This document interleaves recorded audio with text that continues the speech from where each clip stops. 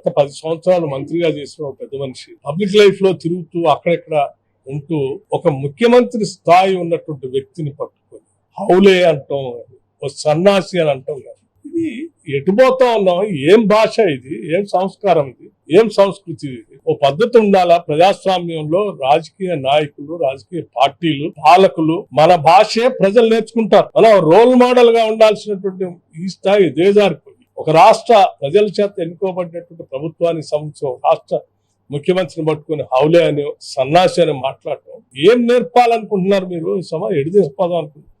దయచేసి ఇటువంటి మాటలు బంద్ చేసి, ప్రజలు మీకు ఇప్పటికే బుద్ధి చెప్పారు. శాసనసభ ఎన్నికలప్పుడు చెప్పారు. పార్లమెంట్ లో అసలు ఒక్కడు కూడా లేకుండా మీరు సారు కారు 16 అంటే 0 ఇచ్చి పంపించారు. ప్రజలు ఇచ్చిన తీర్పుని గౌరవించకుండా ఇంకా బయటకు వచ్చి అడ్డగోలుగా మాట్లాడటం, నోటికి వచ్చినట్టు మాట్లాడటం సరైనది కాదు. దీన్ని నేను తీవ్రంగా ఖండిస్తా ఉన్నాను. ఇక నుంచైనా ప్రజా జీవితంలో ఉన్నటువంటి పెద్ద మనుషులు, ముఖ్యంగా మీ ఆక్రోశం అండర్స్టాండ్, 10 ఏళ్ళు అనుభవించిన అధికారం పోయింది అనేటువంటి బాధ మీకు ఉండొచ్చు. మీ ఆక్రోశాన్ని ఇటువంటి భాషతో మీరు మాట్లాడి సమాజాన్ని సిగ్గుపడేటట్టుగా, తలదించుకునేటట్టుగా చేయొద్దని నేను చాలా స్పష్టంగా చెప్తాను.